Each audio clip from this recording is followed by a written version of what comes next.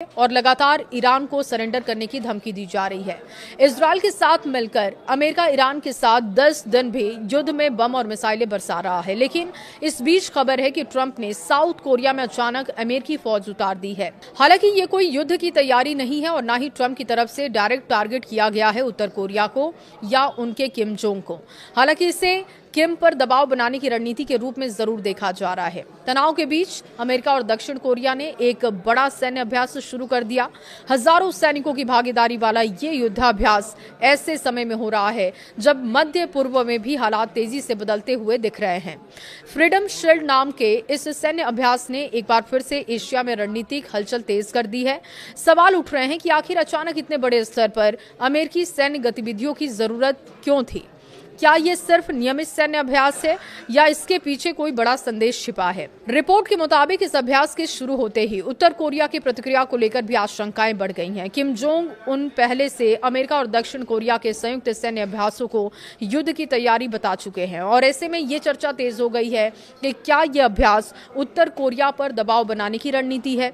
दूसरी तरफ कुछ रिपोर्ट में यह भी कहा जा रहा है कि अमेरिका अपने कुछ सैन्य संसाधनों को मध्य रूप से मध्य पूर्व की तरफ ट्रांसफर करना चाहता है और इन तमाम अटकलों के बीच फ्रीडम शील्ड अभ्यास वैश्विक राजनीति का बड़ा मुद्दा बन सकता है। अब क्या है फ्रीडम शील्ड, ये भी जान लीजिए। देखिए, सैन्य अभ्यास और बढ़ती हुई हलचलों के मद्देनजर क्या बातें हो रही हैं वो हम आपके सामने रखने जा रहे हैं। अमेरिका और दक्षिण कोरिया का ये संयुक्त सैन्य अभ्यास 19 मार्च तक चलने वाला है। दक्षिण कोरिया के ज्वाइंट चीफ्स ऑफ स्टाफ के मुताबिक इस अभ्यास में करीब 18,000 दक्षिण कोरियाई सैनिक हिस्सा ले रहे हैं।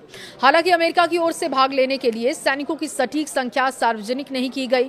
यह अभ्यास मुख्य रूप से दोनों देशों की संयुक्त सैन्य क्षमताओं को परखने और संभावित युद्ध परिस्थितियों की रणनीति तैयार करने के लिए की जा रही है। यह अभ्यास मुख्य रूप से कमांड पोस्ट एक्सरसाइज के रूप में हो रही है और इसमें कंप्यूटर सिमुलेशन के जरिए युद्ध जैसे हालात तैयार किए जाते हैं और इसके साथ ही वॉरियर्स शील्ड नाम का फील्ड ट्रेनिंग प्रोग्राम भी चलता है। इसमें जमीन पर सैन्य अभ्यास किए जाते हैं। हालांकि इस साल फील्ड अभ्यासों की संख्या पिछले साल के मुकाबले काफी कम है। अमेरिका और दक्षिण कोरिया का ये कहना है कि यह अभ्यास पूरी तरीके से रक्षात्मक है।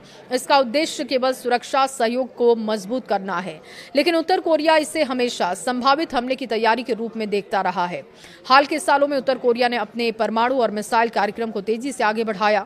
दक्षिण कोरिया की सरकार कूटनीति के रास्ते को भी खुला रखना चाहती है और ऐसे में अमेरिका और दक्षिण कोरिया के लिए ये चुनौती है कि वो सुरक्षा सहयोग मजबूत करे, लेकिन साथ ही क्षेत्रीय तनाव को भी नियंत्रित रखे।